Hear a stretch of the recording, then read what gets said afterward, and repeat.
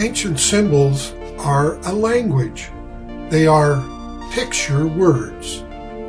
What most do not realize is that they can help us understand our past. More about that in a minute.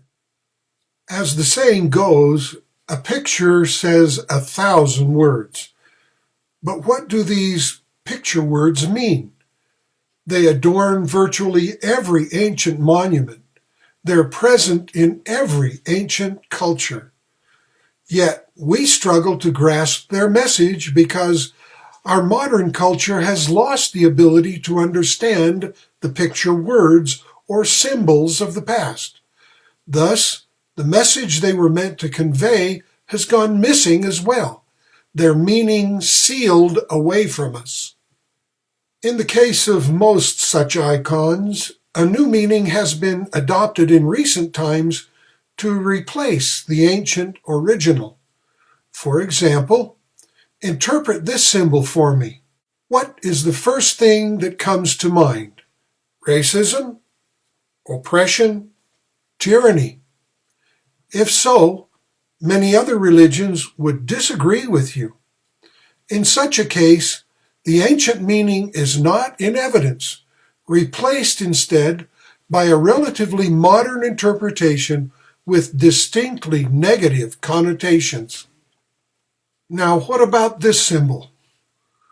Would you think it represents evil, Satanism? It's actually Poseidon's trident. To millions of ancients, it was a symbol of sacred power, not evil at all. Now, this symbol. The Christ child with Mary, right? Wrong again.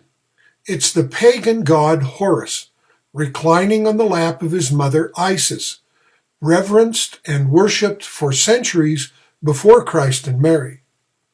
So in order to know the original meaning of such symbols, we must look beyond the modern, popular interpretation, which is most certainly corrupted. You see, this is why studying these symbols and the stories they provoked is important for you and every other Latter-day Saint. Understanding our true past and the origin of these symbols or icons determines our ability to better understand revealed truth. Many such symbols were employed in the Restoration. They are icons, picture words in our temples. They are metaphors, word pictures in our scriptures. So how do we sort out the truth of these icons and metaphors in the LDS tradition? How do we make sense of sacred symbols in our temples? How do we interpret prophetic metaphors when we encounter them in our scriptures?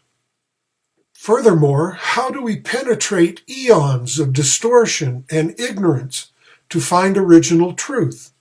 How do we explain and define these arcane symbols in our traditional LDS iconography? Because there is simply no denying they are there. How do we use them to properly understand the information revealed by the prophets of God?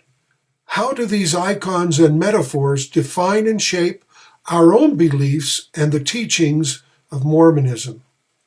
Well, I turn to the founding prophet of this dispensation, Joseph Smith, who studied and employed these symbols and metaphors. Indeed, this is the goal of the Cosmism series. Our quest is to understand the symbols employed by the ancient prophets, the Savior, his apostles, and a modern prophet, Joseph Smith, in our temples and in our scriptures.